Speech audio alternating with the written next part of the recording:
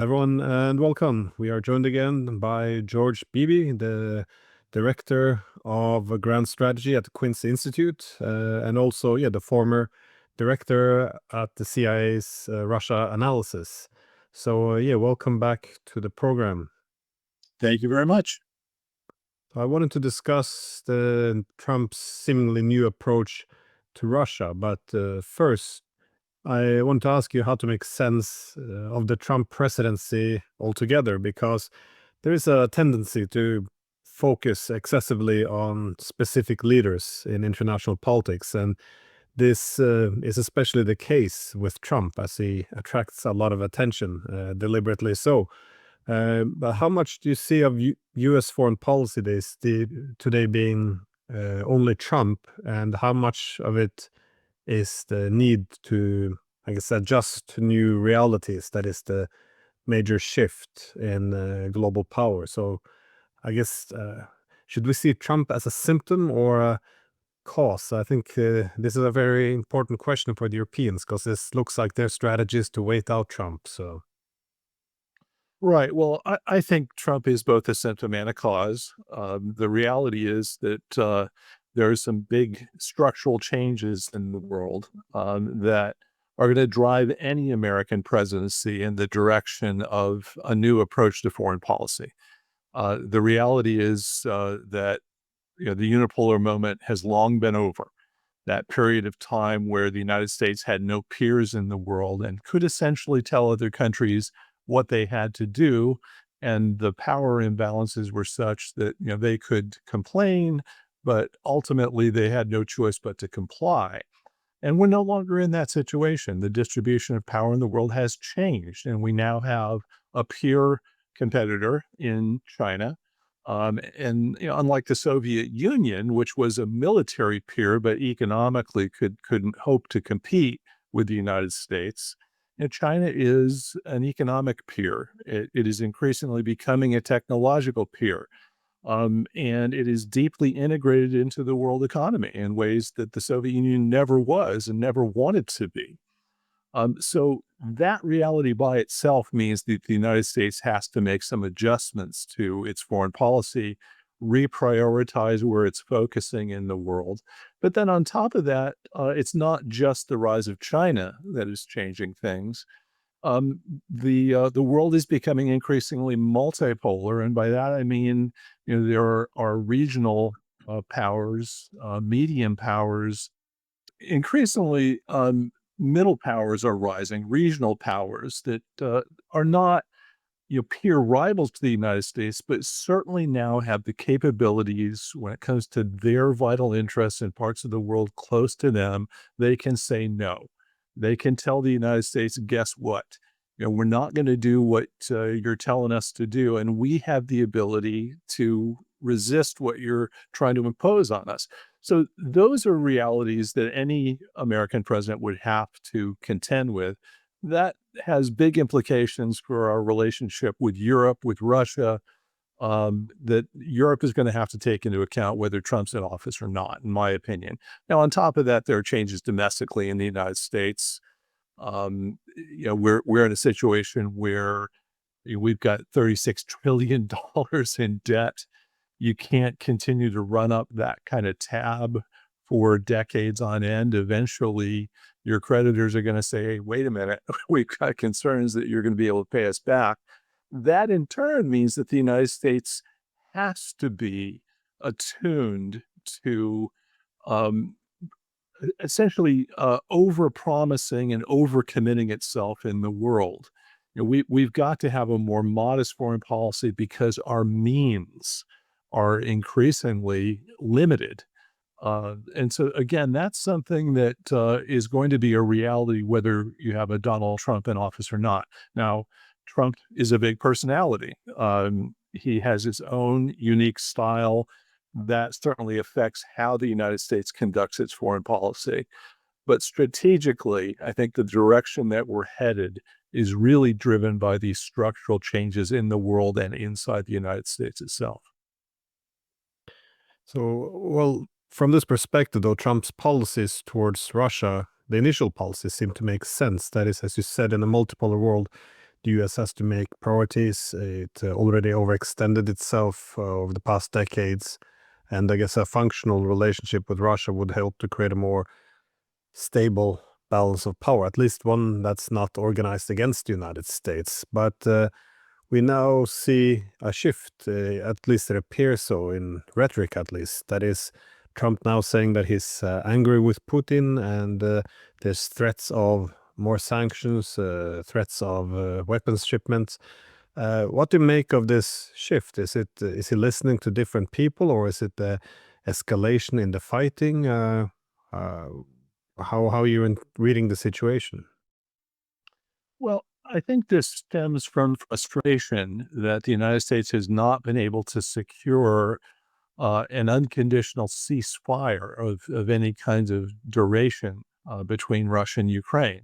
And that desire for a ceasefire as the first step in a peace process, I think, is really driven by Trump's own announcement as a candidate that he was going to bring this war to an end in a day. He said that over and over again. And that in turn imposed pressure on Trump himself and on his administration to deliver on that promise. Now, how do you do that? Pretty hard to put together a full-fledged peace treaty, which involves numerous technical issues, a lot of painful compromises. It will require many, many months, if not years, to complete. You can't really do that in a day. So what can you do? And I think that has driven the focus on a ceasefire. At least we can get the two sides to stop shooting at each other. Then we can talk about, the long process of negotiating a peace treaty and all its various dimensions. And that hasn't worked. And I think Trump has been quite frustrated about this. Now, it looked like the Ukrainians initially were resisting a ceasefire. And I think part of that was Zelensky's belief that he could go above Trump's head in the way that he did with former President Joe Biden, when Biden said, hey, we don't want to provide you with F-16s or Abrams tanks, et cetera, et cetera.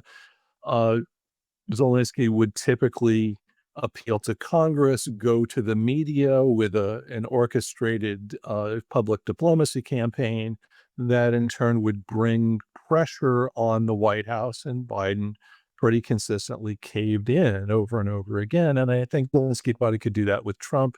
We saw that play out in that famous Oval Office meeting between Zelensky, Trump, and Vice President Vance. That really blew up in his face. After that, I think the Ukrainians became a lot more amenable to this ceasefire idea, and the focus shifted to Russia. Now, Russia essentially said, no, we're not interested in an unconditional ceasefire. And the reason why Russia's not interested in an unconditional ceasefire is that's the leverage that they have at the negotiating table to secure what they regard as their core interests in this war. They're not going to give up the momentum they have on the battlefield, and the momentum is increasingly tilted toward Russia in this war, without assurance that their core security interests are going to be addressed. So that is a big obstacle to an early ceasefire. And I think that the Trump team is frustrated.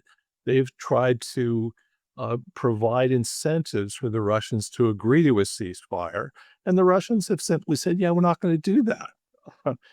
We have to make sure that we accomplish our core objectives in this war. And we're going to either do that at the negotiating table or on the battlefield. And that's a reality that the Trump White House is now having to face. And they're trying to figure out, well, what do we do? And the first reaction was, well, we have to put more pressure on the Russians. Let's step up military support to Ukraine. Let's dangle the prospect of these crippling, secondary tariffs on countries that purchase Russian energy. And let's hope that that sobers the Russians up and makes them more amenable to agreeing to this unconditional ceasefire. I don't think that's going to work, frankly. I think there is a path toward a settlement, but it's not going to go through a ceasefire as the first step. No, I very much agree, which is why I was a bit curious. How did we end up with a unconditional 30-day ceasefire without a political settlement? Because at the beginning of Trump's presidency, we had Hegseth effectively, well, seemingly agreeing to the Russian terms, which was restoring the neutrality for Ukraine and acceptance for some territorial concessions. So if there was some agreement there, it looked as if the minor things could be worked out. But as you said, what Russia's asking, it is a tall order. This asking for both restoring neutrality and territorial concessions. But if there would be a 30-day ceasefire, why would at least the Europeans or even the Ukrainians agree to any of this? The Europeans are still talking about the possibility of sending in troops into Ukraine, and if there is a 30-day ceasefire. So the only reason why they would accept the Russian conditions is because Russia's making advancements. It doesn't make a lot of sense. And also, if Trump wanted to push the parties together, uh, given that the Russians are, well, they see themselves as this being an existential war, they can't move, but also don't have to move, as you said, given that they're the ones, the advantage keeps going more and more in their favor. But by doing this, isn't Trump removing pressure on the Ukrainians and the Europeans by, effectively following Biden's policies in terms of just pushing more pressure on Russia and looking for concessions from Moscow? Well, I think part of the reason why we're in the situation we're in is um, there's no consensus within the Trump administration about how you conceive of this war. What are the dynamics that are going on here? There are some that conceive of this primarily as a war between Russia and Ukraine over territory, over the treatment of linguistic and cultural minorities, those kind of bilateral issues. Yes, whether Ukraine is a member of NATO or not is an issue, but really this is about territory and where the border between Ukraine and Russia is drawn. And so when you conceive of the war like that, I think, produces a desire to push Ukraine and Russia to negotiate with each other and to compromise with each other. And there's an awful lot of that in the Trump administration's approach. That this is really not uh, a U.S. war. It's not Trump's war. It's between Ukraine and Russia, and they simply have to fight it out or ultimately, reach an understanding on how the war is going to be settled. Um, and I think that is actually an oversimplification of what's going on. Yes, there are bilateral aspects to this war. Yes, there are territorial aspects to this war between Russia and Ukraine. But those are nested within a bigger geopolitical conflict that has been going on for much longer than the Russian invasion. And that has to do with what Europe's security architecture is going to look like, what is Russia's role in that, what is Ukraine's place in that, whether or not Ukraine is going to be a member of the NATO alliance or otherwise a military partner with the United States that hosts US or European military facilities on its territory. Those are issues that the Russians have consistently said are existential threats to Russia. Now, you can agree or not whether the Russians are overreacting to this as a potential security threat to them, but I think the fact is that that's how they see it. They've consistently said that they will go to war to prevent this from happening. I don't think the West took seriously those warnings for many, many years, but now they have.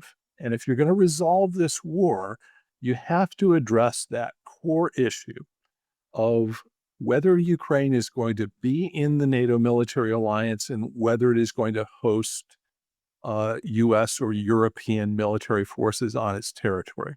Now, if you believe press reports, the Trump administration in April delivered to the Russians a proposed settlement, which really focused on offering territorial concessions to the Russians, formally recognizing Crimea as part of the Russian Federation, de facto recognizing Russian military holdings in the Donbass as Russian, even though we wouldn't legally acknowledge that they were part of the Russian Federation, easing economic sanctions, pledging that Ukraine would not be a member of the NATO alliance.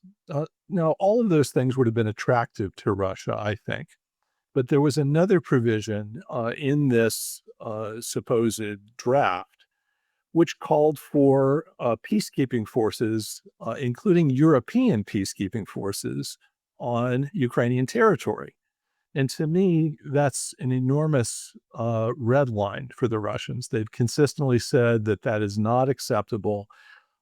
So including that in this draft proposal, I think essentially doomed its acceptability to the Russians. And I think is reflective of a misunderstanding within the Trump administration about what this war is really about, how it started, and how you get out of it. You're not going to get out of this war simply by saying to the Russians, "Hey, how about if we, recognize Ukrainian territory as part of Russia? Then we can, give you economic incentives to agree, and then we'll all go home and this war can end." I think the Russians are not going to end this war until they have rock solid assurances that Ukraine will not be in NATO and it will not host any Western military forces. Those are fundamentals. And we haven't really pursued that, as far as I can tell, in this negotiation. That has not been front and center. We've signaled that we're willing to agree to some of it, but we've not indicated we're ready to agree to all of it. And we also haven't asked the Russians, I think, for an absolutely essential reciprocal concession on their part. We can't just give that away to them. We also have to secure something in return. And I think the thing that we have to ask in return is that Russia accept the possibility that Ukraine will be one day in the European Union, that's not something that they will oppose. That to me is the only way that Ukraine can possibly contemplate the return of millions of refugees that have fled this fighting. The only way we can really envision reconstructing Ukraine economically, and the only way that Ukrainians, I think, will see that all of the sacrifice and destruction and death that they've endured actually got something for Ukraine, secured something that they want. And that is a future, at least political and economic future, that's anchored in the West. The Russians in the past have said that that's something they would be willing to support. But I think that if we're going to get anywhere in these negotiations, we have to nail that down. The Trump administration has to make that fundamental geopolitical compromise a central point in a negotiation, put that in a binding framework agreement. That, I think, would be a significant achievement. That would allow negotiations over a ceasefire. That would allow a roadmap toward a peace treaty and all the other negotiations that will have to go on as part of that. Yeah, I saw an interview. Well, Tucker Carlson, he was making the point that, well, we have to accept the war has been lost, but even he was also arguing that Russia won the war, and asked how. And well, they wanted territory and they got the territory. This was the argument, but it seems as if people lose track of the territorial dispute, that this is largely a symptom, not the source of the conflict. Again, the Minsk agreement didn't have any territorial concessions in it. This was about autonomy, which could have prevented NATO expansion. But Right. No, and I think that's an important point. The Minsk agreement didn't have any territorial concessions within it because the Russians didn't want those territorial concessions within it. Why not? They wanted the Donbass to be a part of Ukraine. Why? because the Donbass didn't want to see the rest of Ukraine in NATO. The Russians saw the continuing presence of those Donbass separatist republics in Ukraine as one of the assurances that they could count on that Ukraine would not enter the NATO alliance, that there would be political opposition to that inside Ukraine itself. And there was political pressure in Russia to recognize the independence or even annex the separatist republics in Ukraine. Putin resisted that for years, which to me is a telling point. It tells me that territory is not really what's driving the Russians on this. It's the prospect that Ukraine could pose a military threat strategically to Russia. And that is what's driving this. And that's very important to recognize. Yeah, well, I heard former President Medvedev making the point now that they're not so happy about the prospect of Ukraine joining the EU either, and the reasoning is because the EU has become very geopolitical, and it goes back to the problem with NATO, that it's not either in NATO or out, but that Ukraine could become a de facto member if just enough Western troops would entrench themselves on Ukrainian territory. So yeah, but I agree there has to be something going the other way, if not just to save face, but also to not just let one side get everything. Yeah, that's right. And I think the Russian attitude toward Ukrainian membership in the EU has been changing. They've been looking at what's going on inside the EU itself and worried about two trends. One is the EU is increasingly militarizing as an entity. It's no longer simply an economic and political entity. It's becoming a security actor in its own right. That certainly is something that concerns the Russians. But also there's an enormous amount of hostility toward Russia.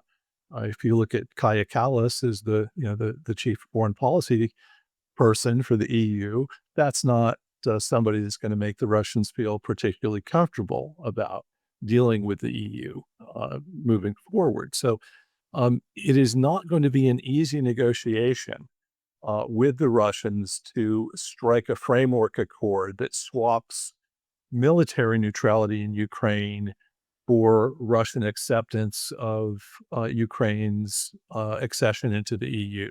That doesn't mean it's going to be impossible. There are ways of negotiating over those issues. There are EU members that have particular conditions that they adhere to when it comes to security and military activities in the EU. Austria, Ireland are two prominent examples. So that to me says that there's a way forward here for negotiations that is plausible, not easy, but plausible. Yeah, the Russians used to consider NATO the bad West, the EU the good West, and the Europeans kind of balancing the more aggressive and militaristic America. But these days it has flipped a bit, and the Europeans have become seemingly much more aggressive than the American side, and especially the view on Germany. This has really shifted dramatically, it seems, within Russia. But given that only a few months ago we had this big debacle in the Oval Office, do you see Trump moving to also pressure the other side, the Ukrainian side? Because there's some reports by Seymour Hersh where he argued some of his sources had argued that Washington would like to have Zelensky replaced, possibly with Zaluzhny. Do you see any movements in terms of pressure on their side as well? Because it doesn't seem Zelensky can meet any of the Russian demands. Well, I don't know. I'm skeptical of the reports that the Trump administration has decided that Zelensky has to go. I do think that there has been a shift in perceptions as to what the source of the problem is in negotiations over ending the war. I think initially There was a lot of unhappiness over the Ukrainian position, but the Ukrainians have really come along on this. They've now come out clearly in favor of an unconditional ceasefire, and I think the perception is that Russia is really the obstacle. Now, could Ukraine deliver on some of the essential things that the Russians need? Meaning, you know, could they agree to um, changing their constitution back to what it used to be, affirming military neutrality for Ukraine? Um, that is in part a question of internal Ukrainian politics, and I'm not sure anybody knows the answer to that. But if it really comes down to this, and that is an issue that really stands in the way of a settlement, I would imagine that the United States would put considerable pressure on the Ukrainians to agree to that kind of change. And we do have a fair amount of leverage over the Ukrainians, much more leverage than we have over the Russians, I think. So I rather doubt that, the focus of pressure right now is going to be on Ukraine. I think right now the focus of American pressure is directed at Russia in what I regard as the vain hope that we can uh, twist their arms into agreeing to an unconditional ceasefire. I think that's just not going to work. The Russians will essentially react by saying, sorry, we're not going to agree. We don't think your threat of secondary sanctions on China and India and others is a realistic one. And let's see how you feel after we've made even more progress on the battlefield. Now, unfortunately, I think the Russians might be miscalculating. I think their hope is that they can get what I would call a Georgia 2008 scenario, where they essentially win on the battlefield and the West says, okay, well, that's too bad, but we still want to have a reset with Russia. We want to improve bilateral relations between the United States and Russia, between Europe and Russia. And I don't think that's in the cards, actually. I think unless there is an actual settlement of the war in Ukraine, I think the door to real improvements between Russia and the United States bilaterally will be almost entirely closed. But how is this causing pressure in the United States? This over the policies, not just over Ukraine, but we see the Middle East, the Epstein files. It appears that there's some cracks in the Trump, well, call it base, given that he called all of these policies he's now pursuing to be Biden policies. He keeps reassuring everyone it's not his war, but as it increasingly looks more and more like his war, and well, putting all that aside, he's still the president of the same country. But how did you see this causing any problems at home, or is it on the Oh, contrary? absolutely. You know, I think President Trump is trying to hold together a Republican Party that itself is divided along a number of lines, but particularly over foreign policy. I think there is a large portion of the party that still wants to think that we're in the early 2000s. We're still in a unipolar moment. The United States can essentially dictate to other countries what they can and can't do, and we don't really have to prioritize. We don't really have limited resources and capabilities. We can take on the Russians and the Iranians and the North Koreans and the Chinese all allied together, and we can still triumph. No need for making any kind of compromises or setting any kind of priorities on all of this. And I think the reality is that that's just not possible. Now, um, arrayed against that part of the party is, another part that I would regard as realists or restrainers or prioritizers. They go by many different names, and there are nuances among them, but they essentially begin from the premise that the United States has limited capabilities, and as a result, we have to prioritize our interests in the world. We can't have unlimited ambitions with limited capabilities. There has to be a balance there. And so, how do you do that? And part of this, I think, means you've got to have a more pragmatic relationship with Russia, one that doesn't drive Russia and China to cooperate against the United States and the West in security matters to a much greater degree than they would otherwise. You don't pick a two-front fight with great powers in a multipolar world. That's not going to work out well. And I think uh, right now there are significant numbers of Republicans that fall into that realist camp that are saying, wait a minute, this is not going well. Our efforts strategically to find a way out of the cul-de-sac that we've maneuvered ourselves into, aren't working. We've got to pursue a settlement in Ukraine in ways that are realistic and can work. We've got to figure out how to deal with Iran in ways that don't lead toward perpetual conflict and war in the Middle East. And I think Trump rhetorically has said all of this, but the question is, how do you translate those intentions into actual progress? That's where things are breaking down, I think.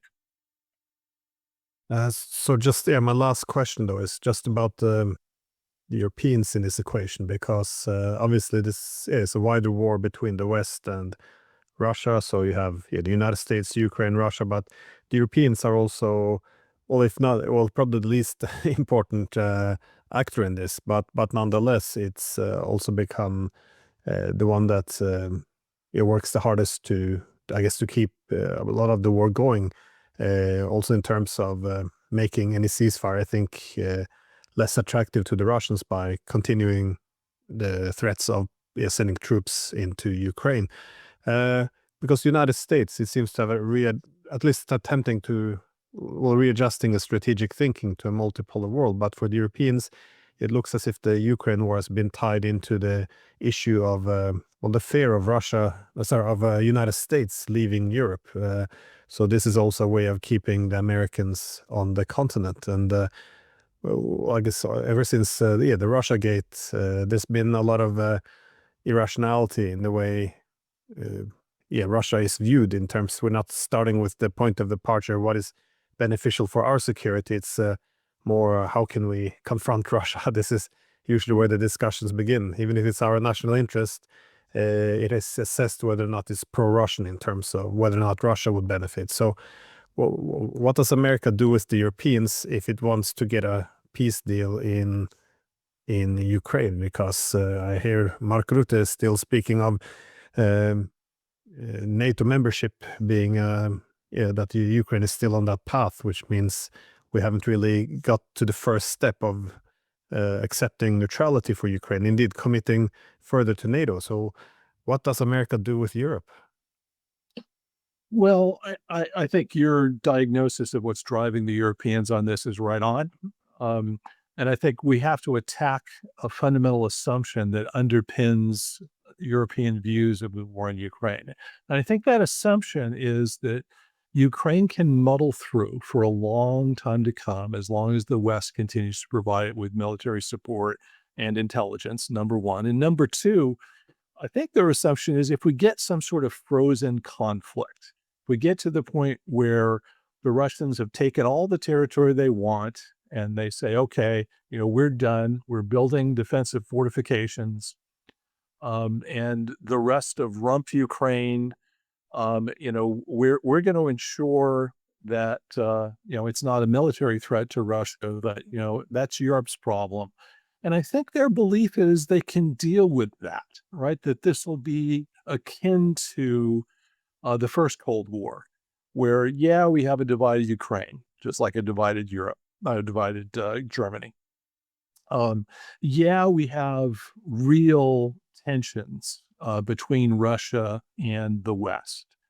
But, the first Cold War worked out. It didn't escalate into a direct military confrontation between the Soviet Union and the West.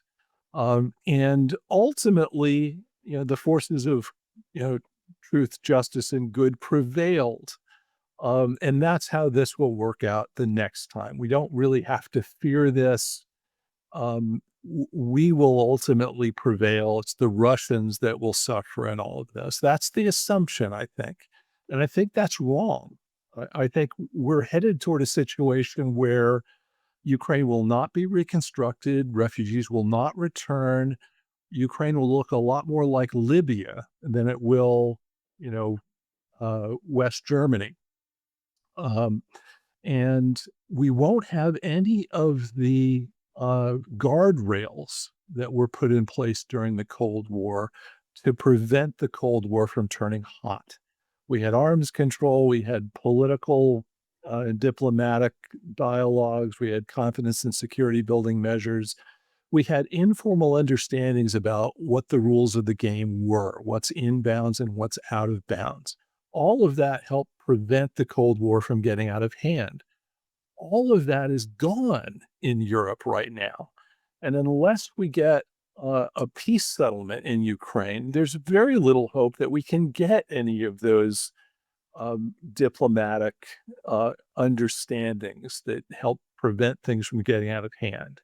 And Europe is seeded with potential new crisis points. You know, what happens if Kaliningrad were threatened in some way? A part of Russia, which is an exclave geographically, which is chock full of tactical nuclear weapons, not a crisis that I think anybody should be complacent about contemplating, but very, very easy to envision. What happens in Belarus when Lukashenko, ultimately is no longer in power one way or another? How do we deal with a potential crisis over the fate of Belarus geopolitically? These are crises that are waiting to happen. And I think, the complacency that I hear in Europe about how we deal with this, well, we'll deter the Russians, right? And that will make everything better and we won't have ourselves a problem, I think is very much misplaced. Yeah, you could have added Moldova to that list, I guess, of possible flashpoints. So, no, well, I think that's why restoring some reason in Europe would be an important component of any reaching any peace agreement. So, yeah, thank you so much for your insights, and yeah, I hope to have you on again soon. Great. My pleasure. Thank you. Thanks.